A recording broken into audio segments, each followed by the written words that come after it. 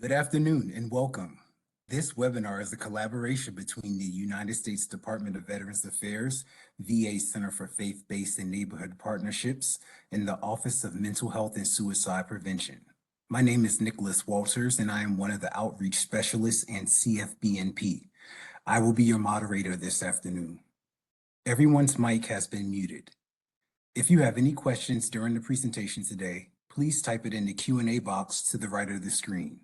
I will read the questions at the end of the presentation, and the presenter will provide a response.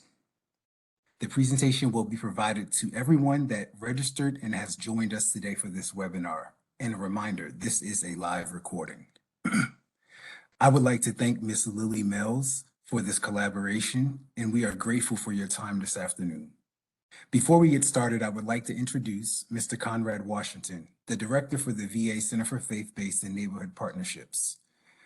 Conrad Washington serves as the Director of VA Center for Faith-Based and Neighborhood Partnerships. Mr. Washington retired from the United States Marine Corps with 20 years of active duty service with a combat tour in 2004 in support of Operation Enduring Iraqi Freedom. Mr. Washington is a licensed minister, actively serving in his faith.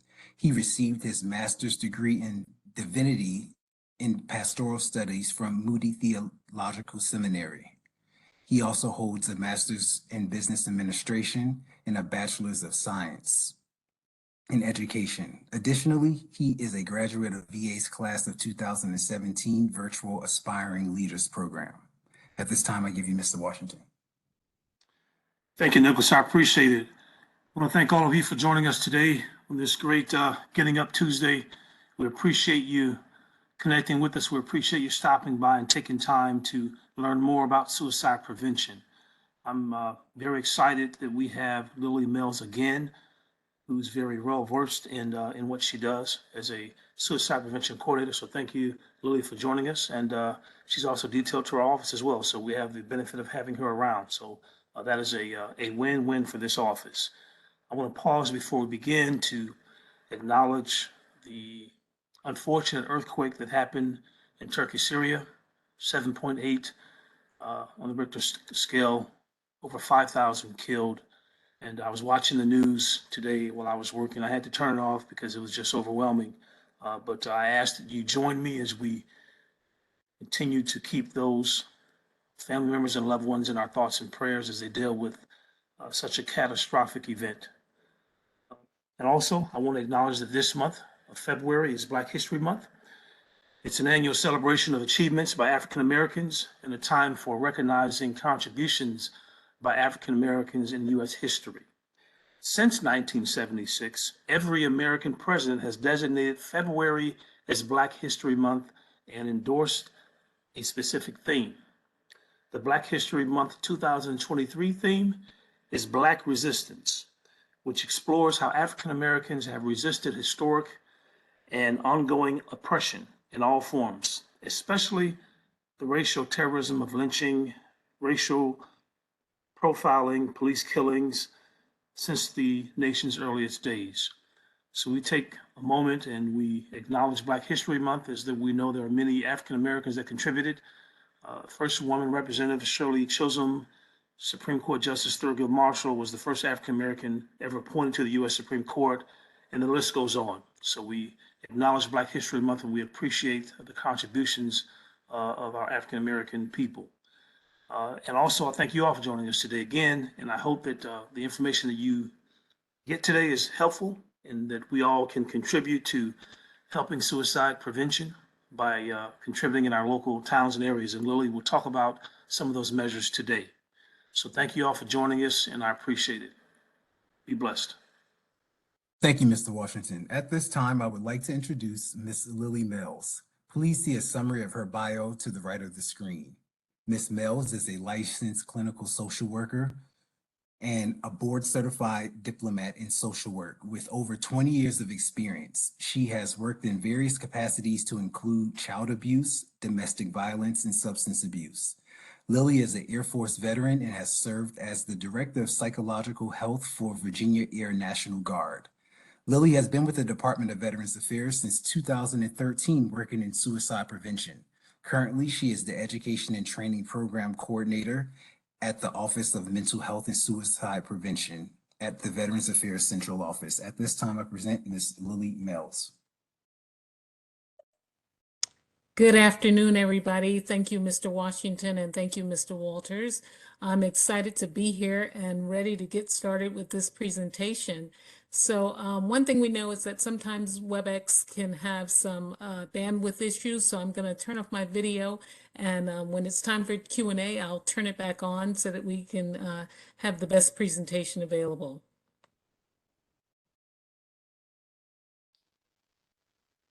We can go ahead and start with the first slide. So before we begin, I always like to say that suicide can be a very difficult topic for some. And if you need to take a break or step out, please do so. There are some immediate resources that you can use, the National Suicide Prevention Lifeline, which you can dial #988 or pound 988. It's the same number as the Veterans Crisis Line, which is 1-800-273-8255. That number has recently changed to 988 as of July of last year. So be sure to have that number handy if you need so. If you get the Veterans Crisis Line, all you have to do is press number 1 and they'll connect you with a peer veteran.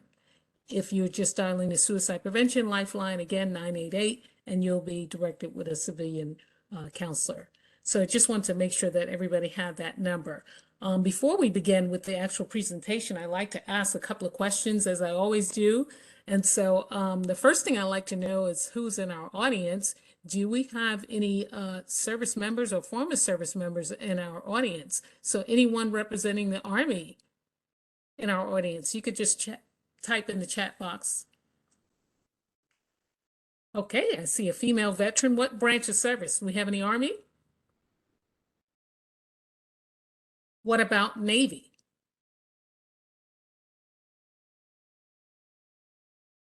Any Marines? I know we have at least 2 Marines in the house already, Mr. Washington and Mr. Morales. Any Air Force, my brothers and sisters in blue?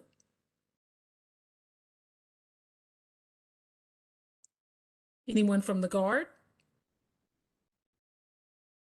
What about the Reserves or the Coast Guard? Okay. So the reason why I like to ask that question is that I always like to pay homage to all of our men and women who served and are continuing to serve in the armed forces. One of the things is that when you serve in the armed forces, you tend to have a deeper appreciation for what all services bring to the table. I had the opportunity to deploy with all branches of the armed forces, and so I really have a deep appreciation for all of the armed forces. And like I said, you get to know what each branch brings to the table. So just much appreciated. Next slide, please.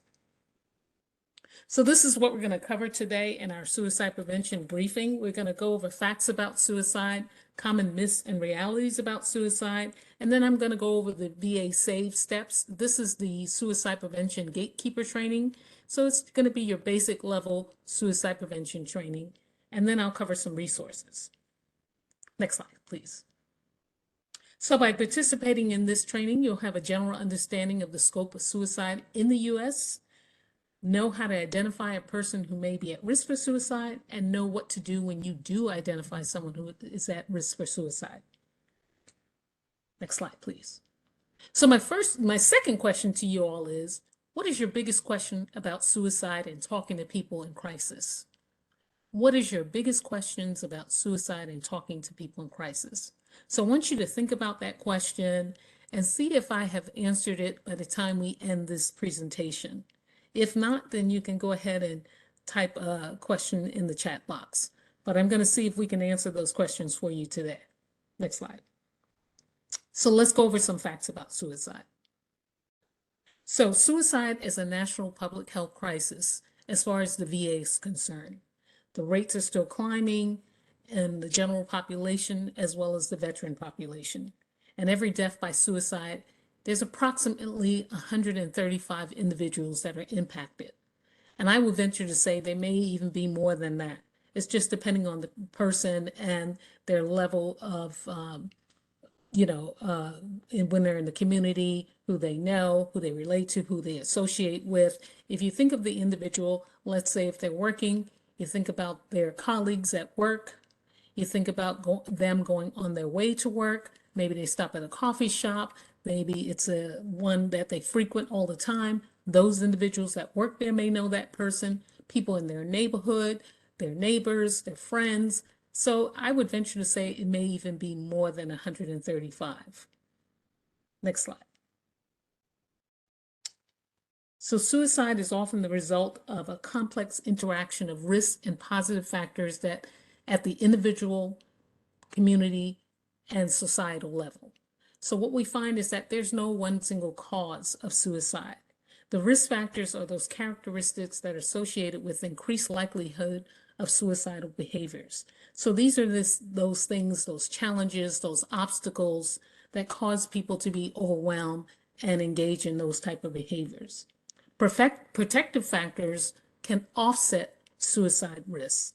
These are buffers, they're skills, they're tools that people use to help them navigate through these challenges. So to prevent veteran suicide, we must maximize protective factors while minimizing risk factors at all levels throughout communities nationwide. Next slide, please. So let's go over some of the risk factors and protective factors.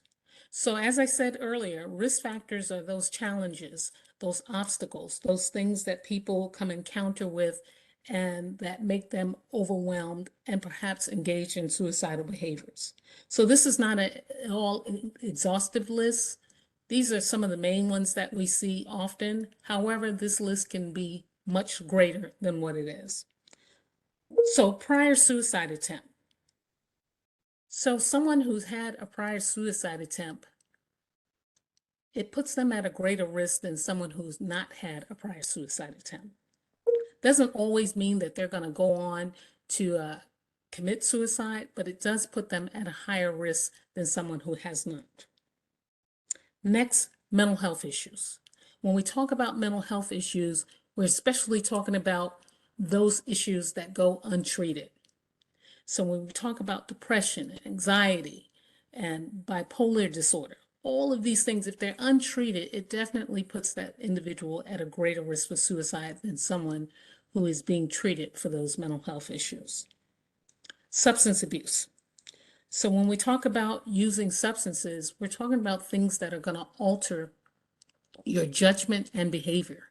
And anytime you use a mood-altering substance, it definitely affects your judgment and it puts you at a greater risk for suicide. Access to lethal means. So when we talk about lethal means, the number one lethal mean we're talking about is a firearm. That's the number one lethal mean that is being used to commit suicide. However, there are other lethal means as well. Stockpiling medications and things like that. And we'll go into that a little bit deeper in the presentation. But when you have access to lethal means, it definitely puts you at a greater risk for suicide. Recent loss. So when we talk about recent loss, this could be loss of a family member, loss of friend, it could be loss of life, loss of limb, those kinds of things. It definitely puts people at a greater risk. Legal or financial issues, and especially when those legal issues may involve jail time or prison time, it definitely puts a person at a greater risk. And financial challenges. So when someone's looking at bankruptcy and those type of things, losing their possessions, their home, it puts them at a greater risk. Unemployment, definitely a risk factor. So when you're employed, it definitely gives you the ability to sustain yourself and your family. So when you're unemployed, you may be out in the street, it definitely puts you at a greater risk. And then homelessness. So that goes along with the unemployment, unable to take care of themselves, being homeless, no place to go, and just living out in the elements. And I will tell you, the other day, it was frigid cold, frigid cold. It felt like single digits. So you can imagine someone living outside in those elements. It does definitely put you at a greater risk. Now let's move over to the protective factors. So protective factors, as I said earlier, these are buffers, they're skills, they're tools. These are things that people can use when they're facing challenges and obstacles. These things will help them navigate through those challenges. So access to mental health care. So remember, as I said earlier, when someone is not receiving treatment for healthcare, mental health care, well, when you're receiving treatment, it definitely puts you in a greater position. You're using a counselor. Some people even require medication, but it's definitely going to put you in a better position than someone who's gone with untreated mental illness. Sense of connectedness. When we talk about sense of connectedness, we're definitely talking about when folks are leaving active duty service. When you're in the military, you have a mission when you're behind those gates. You know exactly what that mission is, and you're there with your unit. And sometimes when people transition out of the military, they don't necessarily have that sense of connectedness when they leave. Sometimes they're wondering, what's next in line for me? And especially if you spent a good amount of your time in the military. So imagine if you're 40, 42 years old and you join the military at 20, you retire at 40. You spent half of your adult life in the military. And so there has to be some sense of connectedness to spend that amount of time in the military. And you'll see that a lot of retired and former military folks work for military organizations because we want to make sure that we continue that fight and help our fellow service members. Problem solving. I know I always get a laugh out of Mr. Washington with this, but when it comes to problem solving, when I was growing up, I grew up in New York City. There was only one way we knew how to solve problems, and that was to use our fists.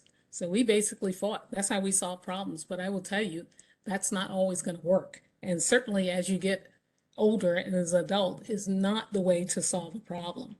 You really need to have problem solving skills. How do you navigate through problems without lashing out physically or verbally? And so it's a good skill to have. We don't learn it enough as children, but we would be better off as adults if we did. Next, sense of spirituality. This is very individualized. Some people will practice formal religion. Some people will read the Bible. Some people will meditate. It just depends on what works for that individual. Mission or purpose. That goes back to that connectiveness. When you leave the military service, what is your mission? What's next? Because see, when you're behind those gates, you know what the mission is of your unit. You know what the mission is of your service. But sometimes when you leave the service, it's not always clear. It's not always clear. What am I supposed to do next? I'm used to doing X, Y, and Z for the last 20 years. What am I supposed to do next? Physical health. There's nothing worse than to walk around with untreated ailments and in pain. It's not a good position to be in. So if you're able to get those things taken care of, you're definitely going to be in a better position than someone who's not. If you're able to see your doctor on a regular basis, you're able to get treatment for those issues, it definitely puts you in a better position than someone who's walking around with pain all day long. And just imagine if I know someone personally who was dealing with sciatic nerve pain. And he said there were times when he just felt like giving up. That pain was so great, you know. Fortunately, he was able to go to his doctor and get some relief, but that's a pain that is real and it's excruciating. So you can imagine if someone walks around in that kind of pain on a daily basis with no treatment for it. Next, employment. Employment is always going to be a positive protective factor. Because when you're employed, it means that you have some responsibility, you have a job, you may even have a family that you're taking care of. You're able to take care of yourself. So when you're able to do those things, it definitely is positive. And so if you're unemployed, it's very difficult. Imagine being unemployed and you can't feed yourself or your family, your kids. It's not a good position to be in when you can't do those things. And last on the list, social and emotional well-being. We have to make sure that we're healthy socially and emotionally, that we are doing things that are positive for ourselves as well as in the community. It definitely helps the individual. Next slide. So now when we look at the percentage of suicide deaths and methods, now this chart is a little bit old and it will be updated soon, but when we talk about lethal means, look at this chart. Firearm, poisoning, suffocation, and other. But if you look at firearms, look at the non-veteran adults. Almost 48% are using firearms as a lethal means. 69% of veterans are using firearms.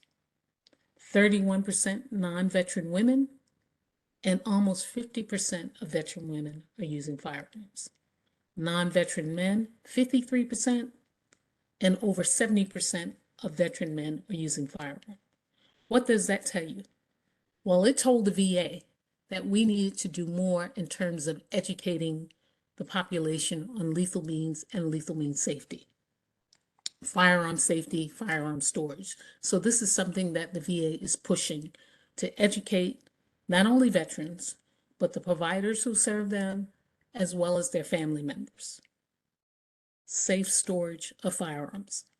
It definitely can help, because look at the numbers. You know, this is astounding when we have 70% of male veterans who are using firearms as a means of suicide. And then when we look further on the list, we're looking at poisoning, suffocation. These numbers don't even come close to firearms. They really don't come close. And then other methods could be a variety of things, leaping from a height, crashing a vehicle into a fixed object, those type of things. Next slide. So what is lethal means safety? So lethal means safety in the context of suicide prevention is safe storage of lethal means is any interaction that builds in time and space between a suicidal impulse and the ability to harm oneself. So I'll say that again. It's any action that builds in time and space between a suicidal impulse and the ability to harm oneself. And so what that means is when it comes to lethal means safety, having that firearm stored, having it in a lockbox, giving the key to a trusted family member or friend. Those are the kinds of things that we want to be able to do. Having a cable gun lock on that gun. We want to build in time and space between when that person has that thought and when they act on that thought. And effective lethal means safety education and counseling is collaborative. Remember, I talked about making sure that the veteran knows, the provider knows, and the family members.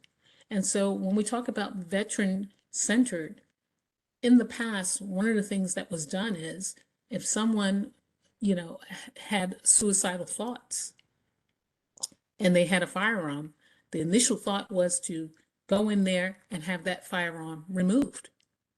Call the authorities and have that firearm removed. And what we found is that people were less likely to admit that they had firearms, because if that weapon was confiscated, they didn't get that weapon back. So we had to meet individuals where they were. What can we do differently?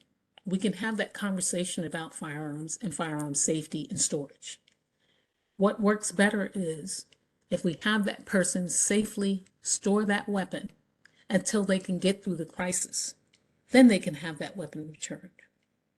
Give that key to that lockbox to a trusted family member or friend until they can get through that crisis. And what we found is that that has worked much better than just confiscating the firearm completely. Next slide. So when we look at suicidal crisis, most crises are brief. The time from the decision to act is usually less than 1 hour. And here we have a chart where we've seen less than 5 minutes is 24%, less than 20 minutes, 48%, and within an hour, 71%. And so it goes back to building the time and space in between that person, when that person has that thought and when they act upon that thought. So anytime we can build time and space in between there. Next slide. And what we found is that lethal means safety does work. Reducing access to lethal suicide methods is one of the few population level interventions that has been shown to decrease suicide rates, so that's positive. And about 90% of people who survive a suicide attempt don't necessarily go on to die by suicide. So if we can collaborate ahead of time with the individuals, the family members, and the providers, we likely have prevented suicide for the rest of their lives. And so that's why we need the veteran-centered and collaborative effort to educate. Next slide. Now, suicide is preventable. Regardless of what you may have heard or what you may have read, suicide is preventable. So now I want you all to get ready. I'm going to ask some questions and I want you to put your answer in the chat box. So next slide. First question is, people who talk about suicide are just seeking attention. Is that a myth or reality? People who talk about suicide are seeking attention. Is that a myth or reality? Okay, I see quite a few myths in the box. Great, you guys are doing great. You're doing great. Next slide. So no matter how casually or jokingly said, suicide threats should never be ignored, and they may indicate a serious suicidal feelings. So someone who talks about suicide, it provides others an opportunity to intervene before that behavior occurs. So let me give you an example of that. So let's say John is your friend. He works down the street from you. You guys have decided today we're going to meet up for lunch. John is going through a divorce. He's going through a custody battle. He may have to give up the house. He may have to turn over a vehicle. All these things are weighing on John. You meet up with John, you're walking to the restaurant, and John says, you know, I'm so over this divorce. I'm over it. I could just jump in front of that bus. Now, clearly, John is overwhelmed. He may not actually have intent or plan to kill himself, but clearly this is an opportunity to intervene. You don't want to just say to John, don't worry about that divorce, let's go have a beer. No, you want to ask John what's going on. How can you help? Next slide. Next question. Get ready to type in the box. The only one who can really help someone who is suicidal is a mental health counselor or therapist. The only one who can really help someone who is suicidal is a mental health counselor or therapist. Is that a myth or reality? Myth or reality? Okay, I'm seeing quite a few myths. Quite a few myths. Great, you guys are doing great. Next slide. So special training is not required to safely raise the subject of suicide. So helping someone feel included and showing genuine heartfelt support can make a big difference during a challenging time. So really what I'm saying here is that if you're just a friend and a good listener, that can go a long way. Just allow that person to vent a little bit. There may not be anything singularly that you can do to change their situation, but just knowing that you're willing to listen and that you care can make a huge difference in that person's life. Okay, so now we're going to move on to the steps of S.A.V.E. And as I said earlier, this is the VA's 101 gatekeeper training for suicide. So S.A.V.E., next slide, is going to help you identify those at risk for suicide. It's going to help you act with confidence as well, and care and compassion. So S, signs of suicidal thinking should be recognized. A, ask the most important question of all. And I'm going to pause right here. Who knows what the most important question of all is? Type it in the box. What's the most important question of all?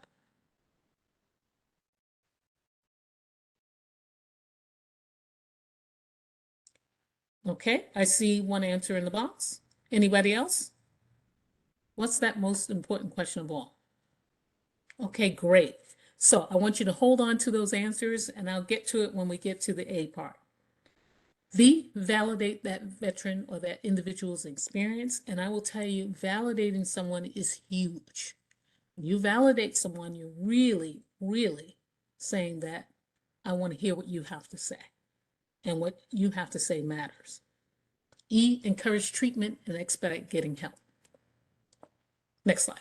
So signs of suicidal thinking. So you want to learn how to recognize these warning signs. Hopelessness. We can recognize hopelessness when that person feel like there's no way out of their situation, nothing more that they can do to change their situation. Anxiety. Anxiety is that feeling of nervousness. Some people will have physical symptoms. Some people will be nauseated. Some people will have sweaty palms. Some people will have a racing heart rate. Okay? Agitation. People are easily agitated over the littlest thing.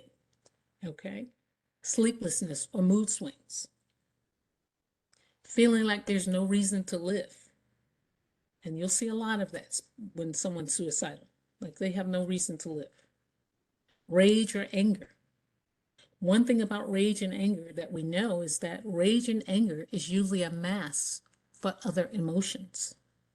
It's easy to be angry, but it's much harder to feel what's really going on or to express what's really going on. But anger is just an easier emotion to grab a hold of. What we do know is that when we pull back those layers of the rage and anger, we could find some mental health issues underneath, probably anxiety, probably depression. Those are the things that we can usually find underneath the rage and anger. And the reason that we see the rage and anger is because it's a learned behavior. People learn it very early on, and it's an easy emotion to grab onto. Okay. Next, engaging in risky activities without thinking. Now, I do a lot of observing, and sometimes I over-observe, but I see a lot of people doing a lot of things, and I'm wondering, wow, is that person okay? Or are they really having some thoughts about killing themselves? Because I see people on motorcycles, no helmets, driving at high rates of speed, weaving in and out of traffic, creating their own lanes, just all kinds of things, and you often wonder. But when people engage in risky activities without thinking, usually, their mind is somewhere else when they engage in these activities. Increasing alcohol and drug use. Remember, anytime you use a mood-altering substance, it's going to alter your judgment. And when your judgment is altered, it puts you at risk for suicide. Then last on this list is withdrawing from family and friends. So you may see that when people stop coming around, they don't engage, you don't hear from them, they're withdrawing. Okay, next slide. So the presence of the following signs require immediate attention. So when someone's thinking about hurting or killing themselves. So when we go back to John, he may not have had a plan to jump in front of that bus or car, but he stated it. And he already stated that he's going through a divorce, he's going through a custody battle, he's going to have financial issues, he may lose his home, he may have to turn over a vehicle. Clearly, he's overwhelmed. Okay? Clearly, he's overwhelmed. Looking for ways to die, there's 1,000,001 things that you can do to the 10th power. And believe me, we have heard of all kinds of things. Just when you thought, this person is in a room by themselves, don't be fooled. Anything can be used. Anything. Talking about death, dying, or suicide, and someone's constantly talking about death, dying, or suicide, and then self-destructive or risk-taking behavior, especially when it involves alcohol, drugs, or weapons. Remember I told you, a lot of times people are dealing with other mental health issues such as anxiety and depression. And sometimes people think, well, I don't want to feel depressed anymore, so I'm going to get high or I'm going to get drunk. But guess what? It only exacerbates what's going on with you. And just imagine that individual who's getting drunk and decides, I'm so drunk and now I'm depressed and maybe it's a good time to clean my weapon. And they can even think even further. Well, I'm so depressed, maybe I should just kill myself. The judgment is off. All these emotions are running rampant. It's not a good position to be in. Next slide. So now we're going to get back to that question of asking the question. Know how to ask the most important question of all. So I saw some in the box One said, do you feel suicidal? Do you have a plan? Are you okay? So the question we want to ask is, next slide. Are you thinking about killing yourself? We want to ask this question this way because we want to make sure that there's no deviation from the answer that we're trying to achieve. See, because if I say, do you want to hurt yourself? Hurt for you and hurt for me could mean two different things. But if I say, are you going to kill yourself? There's only one answer, yes or no. So we don't want to be vague. We want to be straight to the point, and we want to make sure that there's no room for error. So that's why we ask this question this way. Are you thinking about killing yourself? That's the question that we want to ask. Okay. Next. So we do want to ask the question if you've identified those warning signs or those symptoms. So going back to John, we've identified some things.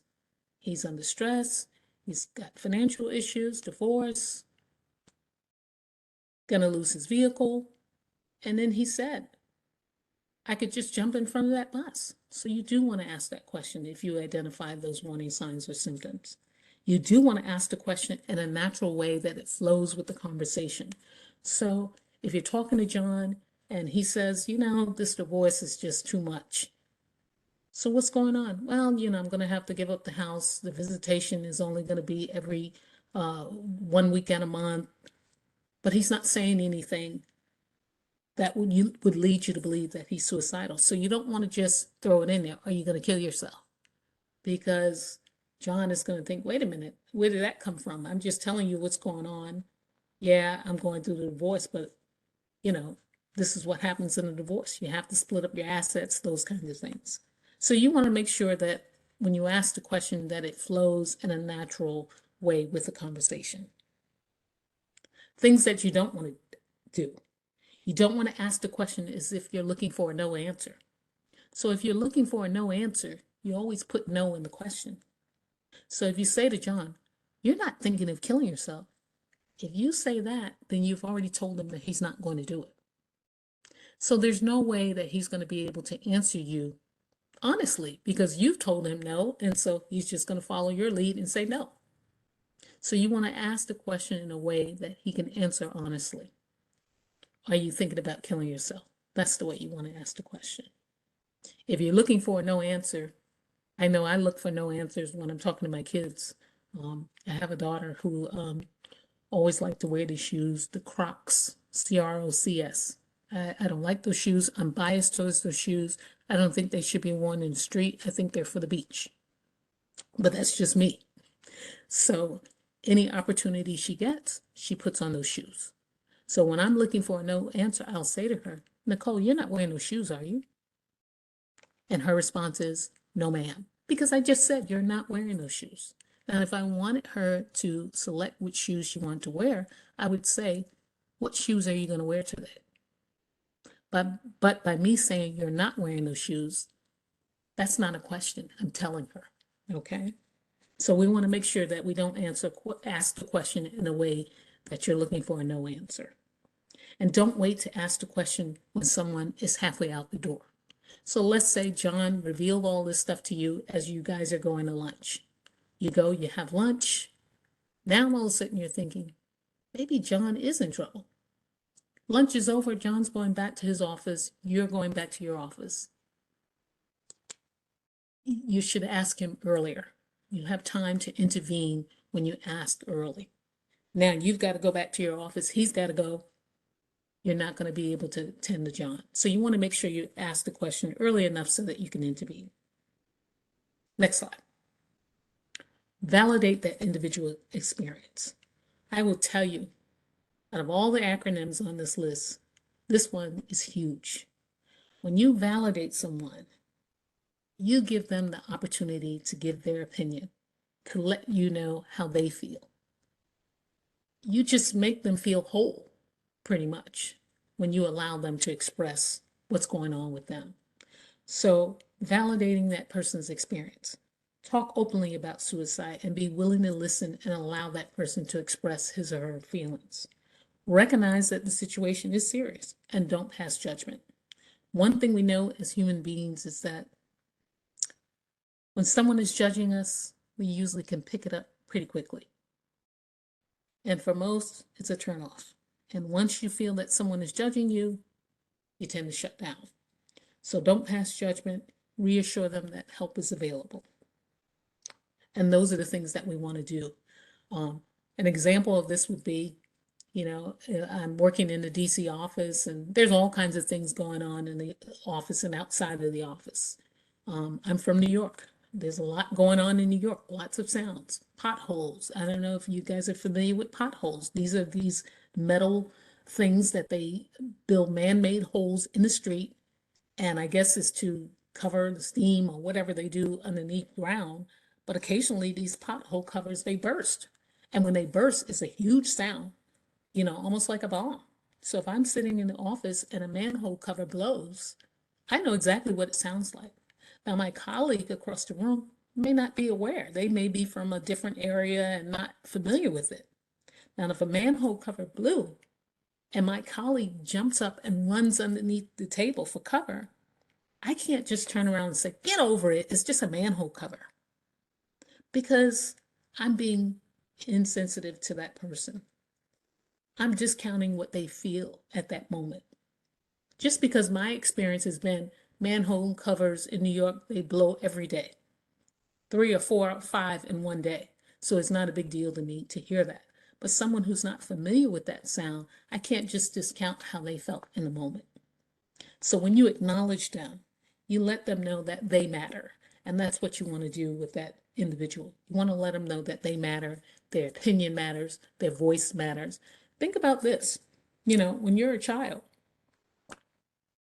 growing up, I want to say when I was about 5, that's the first time I ever heard, be quiet. Because, at 5 years old, you just want to play, you want to be loud, you want to laugh. But that's the first time I've heard, like, children should be seen and not heard. And when you think about that, wow. So that means to just sit in the corner and be quiet. So think about that same individual. They grow up, they join the military, and what's the first thing that happens? Shut up and color. You're in training. I'm the boss, you be quiet.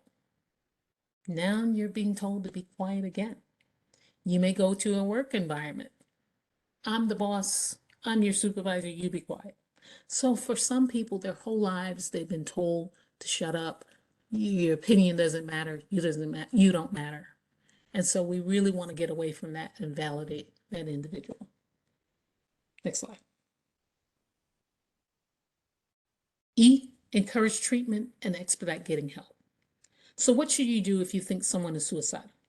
First, you don't want to keep it a secret. This is not the type of secret that you want to keep. And I know sometimes people will say, oh, the person swore for me not to say anything. They're going to be upset with me. You know what? If you can save their life, they may come back and thank you.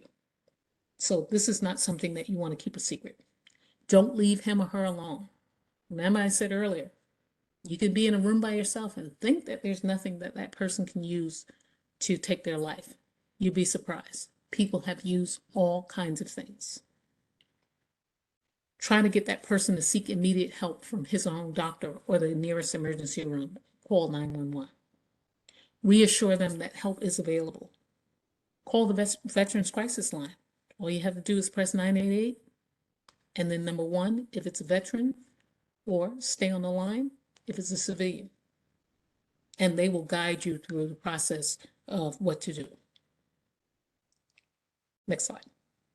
So when talking to a veteran at risk for suicide, or anyone who's at risk for suicide, the first thing you want to do is remain calm. Don't get riled up. Don't get excited. It's not going to help the situation. It's not going to help the situation at all. You want to listen more than you speak. Let that person vent. Sometimes that's all they need, is just to vent. Most people know that there's nothing singularly that you can do to change their situation, but if you just listen to me, that could make a world of a difference. Maintain good eye contact. Worst thing in the world is to talk to someone who's looking somewhere else or looking at their phone.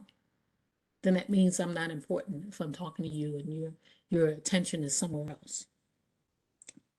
Act with confidence. Even if you don't know what to do, you can act with confidence. Don't argue with the individual. Stay away from all those controversial topics. Religion, abortion, politics, just stay away from all. It's a no-win situation. Everybody has their heels dug in. It's a no-win argument. So stay away from those conversations. Use open body language. Don't be like Macaulay Culkin on Home Alone. You want to make sure that you show some support.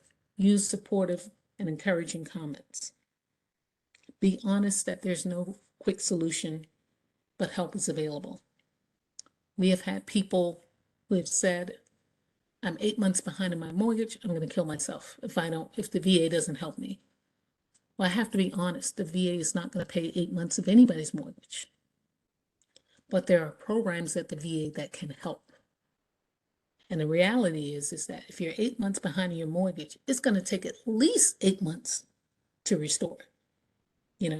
That's not something that can happen overnight. Next slide. So what do you do if someone expresses suicidal ideation during a phone call? You want to keep that caller on the line. Don't hang up or transfer that call. I will tell you, even those of us who work in an office, I don't transfer enough calls to be really good at it. And I guarantee you, if someone's in a crisis, I can't remember what I'm supposed to press first to transfer a call. So you don't want to transfer a call. You want to remain calm.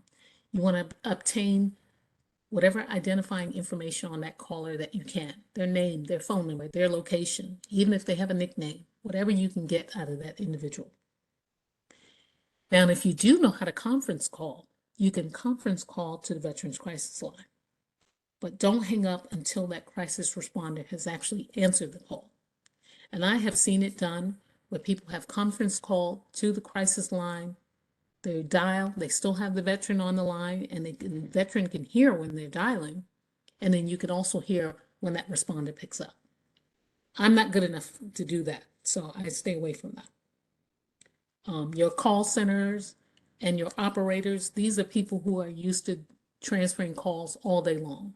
So they're very good at it. They're very good at it. So I leave that up to them. Enlist help from your coworkers for assistance. Use what you have. If you have to message someone on Teams, you don't even have to be in the office.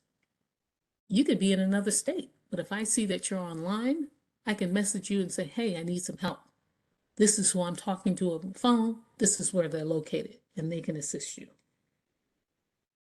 You also, most of us that work for the government, we have our personal cell phones and we have a government cell phone. Sometimes you may have to use both to get some assistance.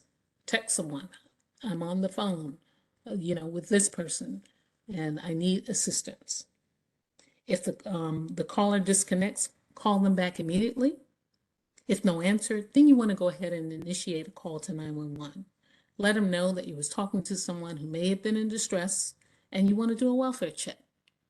Have them go out, knock on the door, and see if that person is okay. And then you can also dial 988 after you have called 911. You can call 988 and give that same detailed information on that individual that you were talking to. And remember, if it's a veteran, you press 1. If it's civilian, you just hold the line and a civilian responder will answer. Next slide. So that's the VA S.A.V.E. training. Remember, signs of suicidal thinking should be recognized. Ask the most important question of all, and that question is, are you thinking of killing yourself? Validate that individual's experience. Let them know that their voice matters. E, encourage treatment and expedite getting help. Okay, so now I'm just going to cover a couple of resources. See if we can do that really quickly. Next slide. So this is the new number for the crisis line, which is 988. The crisis line operates 24 hours a day, 7 days a week, 365 days a year. Anyone can call, veterans, active duty service members, family members, friends. You can even call anonymously. Next slide.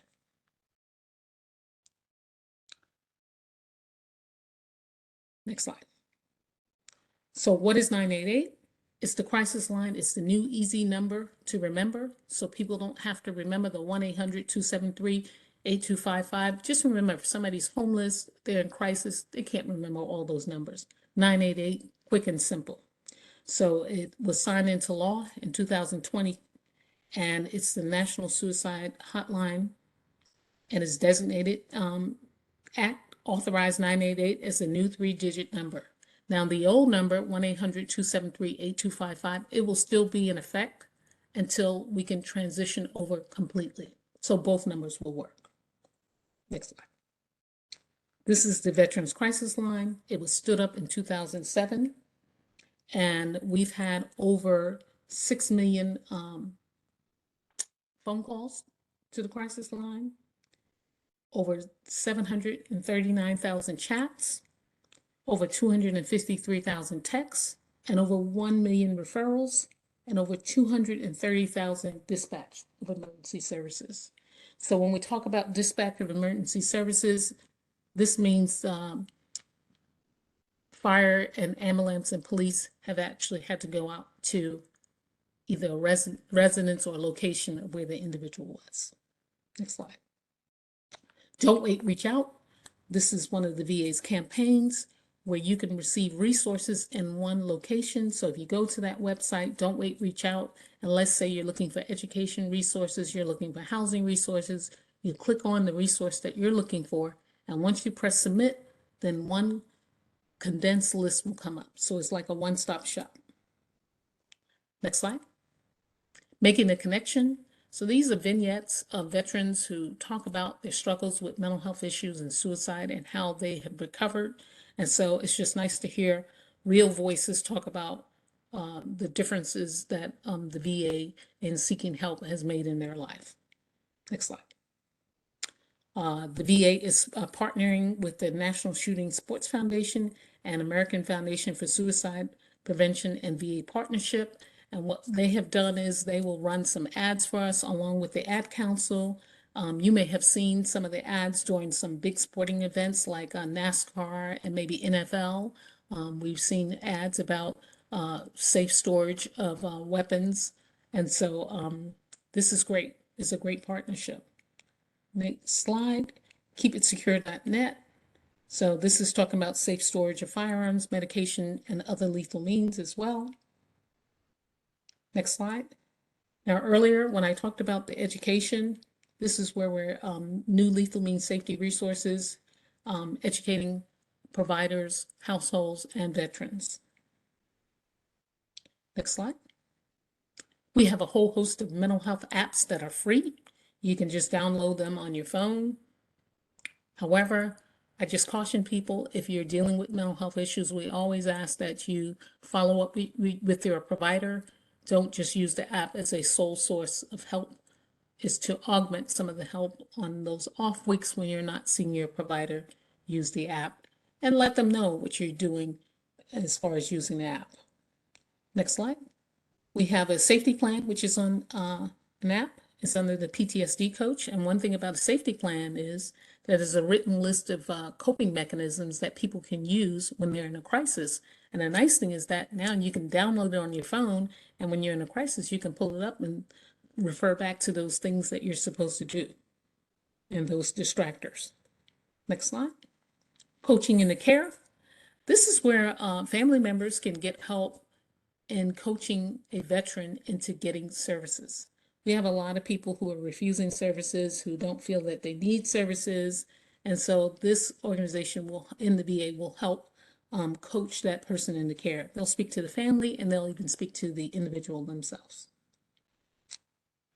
Next, postvention resources. We don't talk about postvention a lot, but it's a reality, and we want to make sure that organizations and communities are prepared. And so postvention resources are available through our MyRec.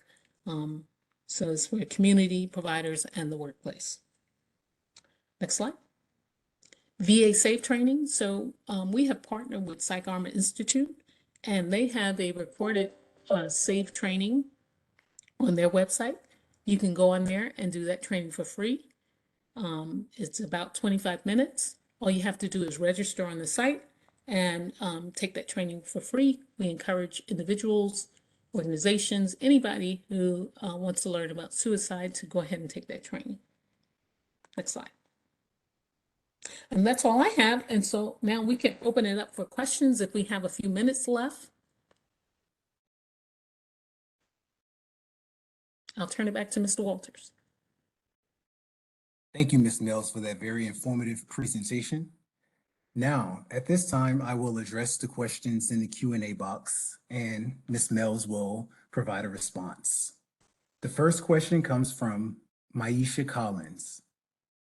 She says, my question is, how to ensure services can be provided. For example, someone is having a mental health crisis due to financial or due to finances or homelessness and have exhausted all options, RE, city, VA, etc. How can organizations obtain grants for these obstacles that require immediate needs and assistance within 24 to 72 hours? That's beyond my suicide prevention training, but I will say that there are programs out there. Each city and state should have a homeless program. I would defer that. That's not really my specialty, but we can certainly see what information we can find for you.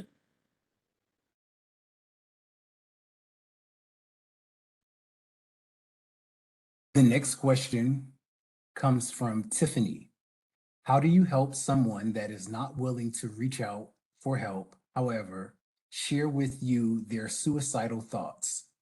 Are there services that will take the initiative and reach out to that veteran in a crisis?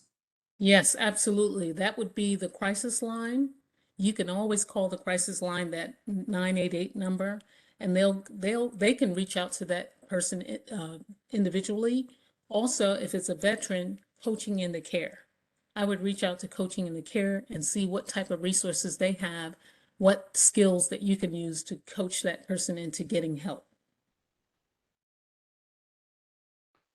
The next question comes from Carol Cherich.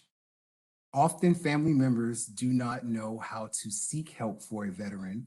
Also, when veterans have guns in their household, what can we do as a Samaritan or neighbor to protect them? So one thing is, I think you're starting off correctly by attending a webinar like this and actually being able to identify some of the resources that are available at the VA. Also at the VA, our suicide prevention coordinators, we have at least one at each VA facility, in some cases more. They actually have gun locks that they give to veterans and family members for free. Sometimes they will do community events where they're handing them out. You can actually call the VA and get in contact with that suicide prevention coordinator. We actually have a website that I can share later on where you can locate any VA facility near you and contact the suicide prevention coordinator and get a gun lock.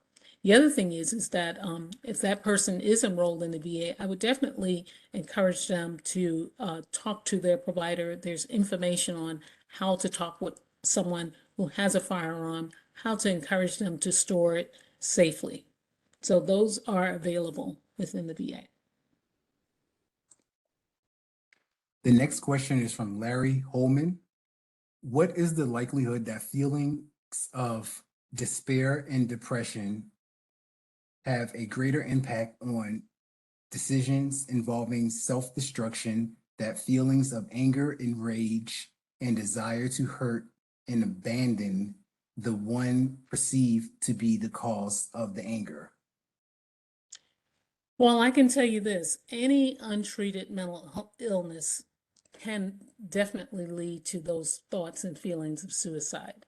And so what we want to do is recognize that that individual needs to get some help for those untreated issues. We know that rage and anger is just a mask for other things that are going on. So when that individual can actually uncover those things, identify what they are, and seek help, it will definitely put them in a better position.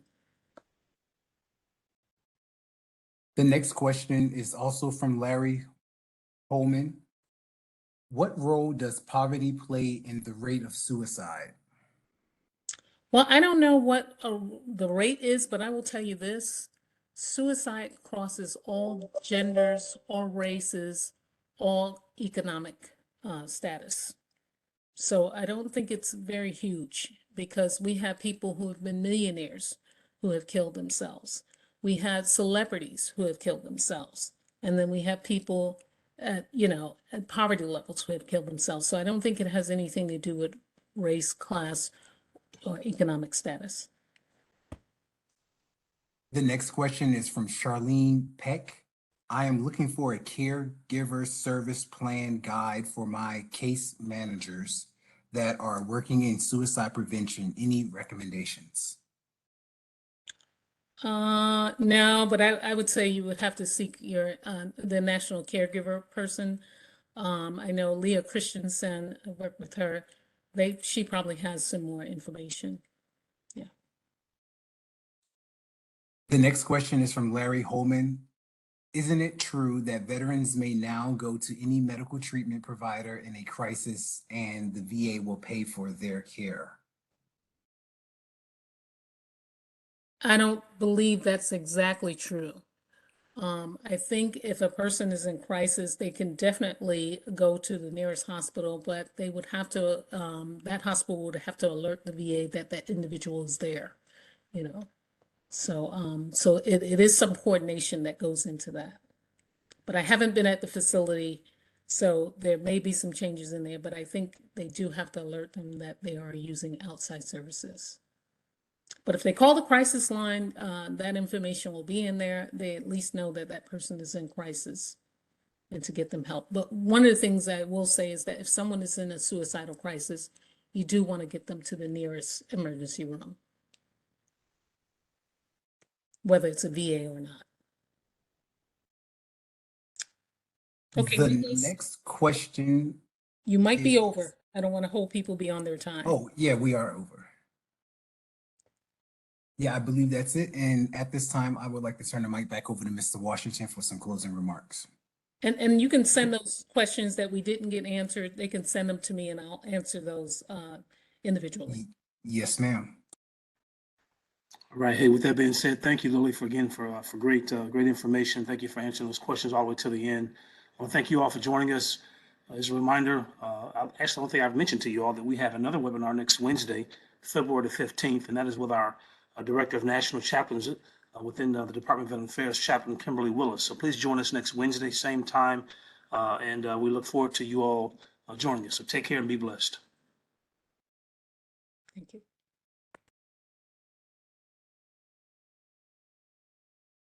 Thank you for attending this webinar this afternoon. This webinar is adjourned.